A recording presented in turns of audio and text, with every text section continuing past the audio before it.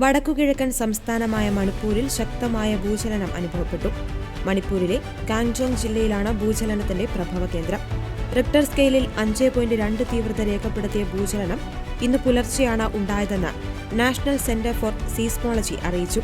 മണിപ്പൂരിന് പുറമെ അയൽ സംസ്ഥാനങ്ങളായ നാഗാലാൻഡ്, മിസോറാം എന്നിവിടങ്ങളിലും അസമിലെ ചില ഭാഗങ്ങളിലും പ്രകമ്പനം അനുഭവപ്പെട്ടു.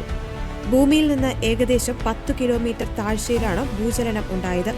പെട്ടെന്നുണ്ടായ പ്രകമ്പനത്തിൽ പരിഭ്രാന്തരായ ജനങ്ങൾ വീടുകളിൽ നിന്ന് പുറത്തേക്ക് ഓടിയിറങ്ങി.